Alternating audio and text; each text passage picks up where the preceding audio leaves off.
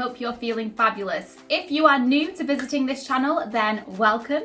And if you've been before, then welcome back. My name's Enola, and today in this video I'm going to be talking all about what to expect at stage auditions. So, stage auditions, that kind of sounds a little bit vast. This could be covering a mix of things. So this may be helpful for people who are just starting out in the industry, or for anyone who doesn't know quite what to expect when they attend an audition for stage. This could be off West End, on West End, it could be for overseas, it could be for cruise, it could be for like Disney auditions, a little bit of everything. I'm going to kind of condense it into the general overview of what to expect at this type of audition. So, auditions. They may sound a little bit scary if you haven't done one before, and it's really normal to have nerves when you are about to attend an audition. It's essentially like attending a job interview. But hopefully after watching this video, you'll be a bit more wise as to what to expect when you attend an audition for stage. So first things first, it will depend if you have an agent or if you don't have an agent. That kind of determines what sort of audition you'll be going to. So usually when you have an agent, you'll be notified through them for a private call. Or if you don't have an agent and you're self-represented, then you would probably attend an open call, or you would email yourself and try and get an audition slot on your own. So let's just focus this on someone who has an agent right now. We'll just go down that route for the time being. If you have an agent, you'll probably be on Spotlight. Now Spotlight, for those who don't know, is a big database where audition breakdowns come through, and it's where you upload your headshots and your show reels, and it's basically where casting directors can have a look at your CV and they'll pull you in if they want to see you. So your agent will submit you for a type of roles, and usually your agent will be able to see a few more jobs that you can't see, so we don't always as performers get access to the whole audition spectrum. Do I ever say the right word? So basically when a job role comes up on Spotlight that your agent thinks you're suitable for in terms of casting type, then they will submit you and your CV and your headshots and your show reel to the casting director. Now, if you are successful, you will be brought in for an audition. So at this stage, your agent will give you a little email or phone call just to let you know that you have an audition coming up. Yay! Celebrate! It's always amazing to get auditions, so always praise yourself on just getting in the room. So once you've accepted your audition, then your agent will send you through the breakdown. So you'll be able to see what it's for, which show, what role you're going to be going for, and usually it's something that is within your casting type. You'll get some material through for what you need to prepare beforehand. This can vary, but usually it's to prepare a song, usually about 16 bars. Sometimes it could be 32 bars depending on the audition. And you'll most likely also be asked to prepare a monologue of your choice, or they will give you something that they want you to read in the audition.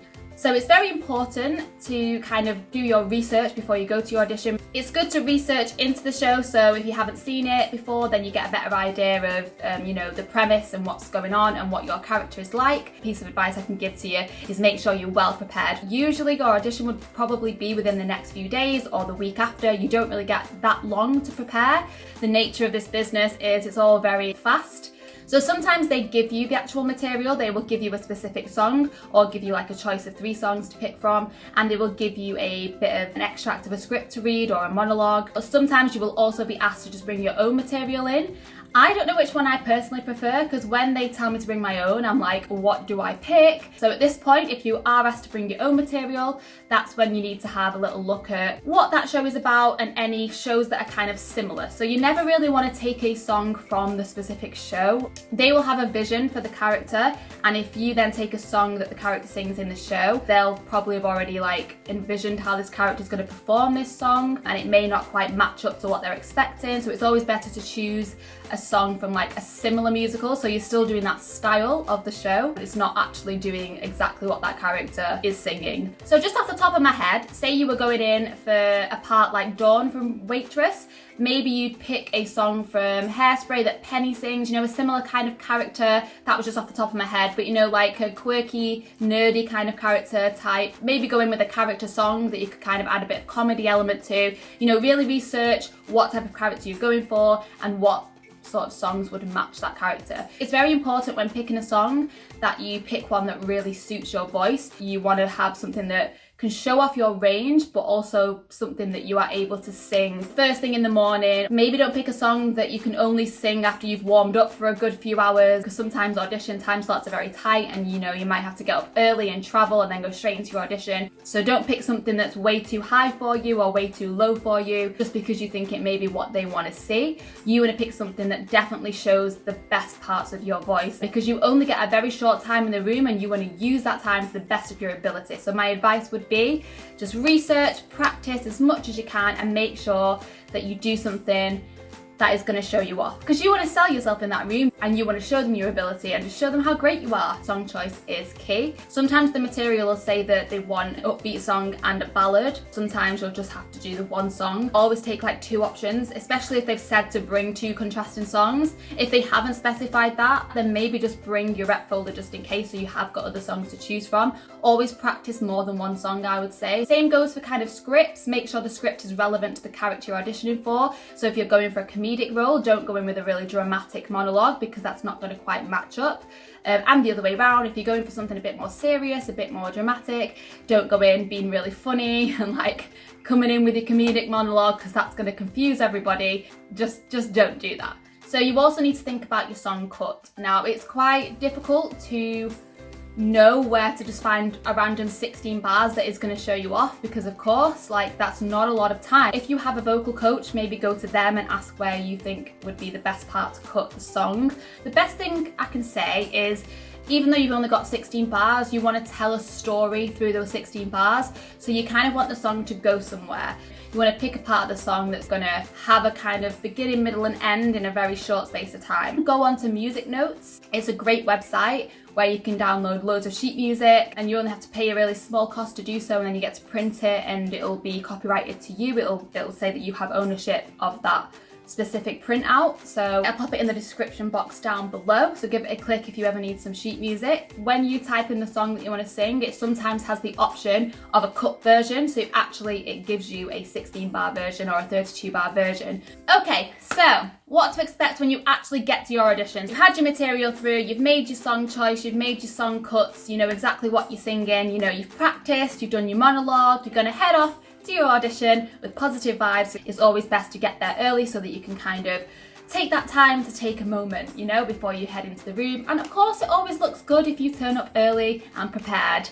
And you usually have to register, and sometimes you may be asked to give in your Spotlight CV, so always make sure you've printed your Spotlight CV out, or your CV in general if you don't have Spotlight. And sometimes they may also ask you to bring a headshot. So yeah, once you've handed that in, you may just be asked to go to a certain room to wait. So sometimes you'll be in like a waiting room with a few other people. Try not to let it psych you out too much. You know, it's good to talk to people, make friends, you know, give each other some positive pep talks. Or of course, if you're one of those people that kind of needs to be on their own to get in the zone, by all means do that as well. But what I'm saying is, you do have an opportunity to speak to fellow performers, usually in an audition waiting room, and sometimes you can make the best of friends there. Once you get called in the room, usually there'll be a panel of casting directors, choreographers, directors, you know, different people who have different involvements in the show that you're auditioning for. They will usually sat there. Yes, it's a little bit like X Factor or Britain's Got Talent, you know, the judges. It is that kind of vibe sometimes, but it's not scary. Usually they're so nice and welcoming, and they will try and make you feel at ease because they want you to do well. They don't want you to go in there and like feel nervous. They want you to have a great audition experience. So they will be rooting for you. Okay, so when you go in, give your music to the pianist, clap out the tempo you'll be singing, just so that the pianist will be playing exactly what you want them to. There's nothing worse than them playing something a bit too fast or a bit too slow, and you kind of lose yourself in the moment and forget what you're doing. You don't want that to happen, so make sure you have a good, clear communication with yourself and the pianist. Obviously, you'll say hello, introduce yourself. They may ask you a few questions, then they'll say when you're ready, and then you get to take center stage in the audition room and belt out your song. Try not to look nervous, even if you feel it. Fake it, put on that big smile, and just perform. That's what you love to do. Just do it. And I know it's easier said than done, because I still get nervous in auditions. Like, they are nerve-wracking because you want to do so well and you want it. You know, we're performers, we want the job, so it is going to be nerve-wracking, but just do your best. That's all you can do. It's always best to kind of never really look the people on the panel in the eye, because that can sometimes be a little bit uncomfortable. Kind of look just above their heads, or find a spot on the wall that you want to sing to, or you know, or that way, and like kind of just like tailor it to the wall behind you. So once you've sang your song, then sometimes you may be asked straight away to come back later in the day to do like a dance call. It will just kind of depend on the audition, or they may just thank you for coming and then you'll be on your merry way until you hear back. Usually it's the latter. They'll thank you, they may ask you a few other questions or have a little chat. You go and get your sheet music back off the pianist, don't leave that with them, make sure you collect it because it belongs to you. Take a breath of fresh air when you get outside, and then you just kind of have to let it go. Let it go. Oh, I did not just do that.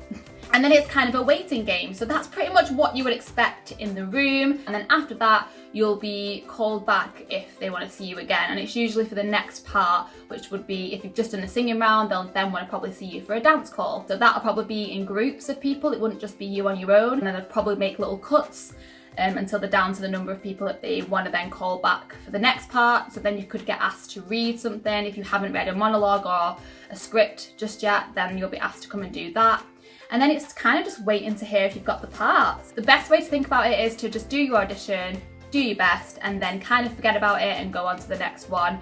And then if you are lucky enough to get a call saying you got the job, then go and celebrate, because that's friggin' amazing. It's always amazing to land a job, and it's always amazing to even get an audition in the first place. So if this happens to you, make sure you definitely embrace it and celebrate it. So I hope this video has helped in regards to what to expect in an audition room for stage. Another little pep talk with Knowles.